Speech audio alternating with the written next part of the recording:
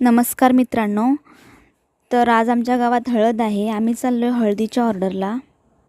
जेवढं तिकडे सामान लागणार आहे वाजवायला तेवढंच बाहेर अंगणात आणून ठेवलेलो.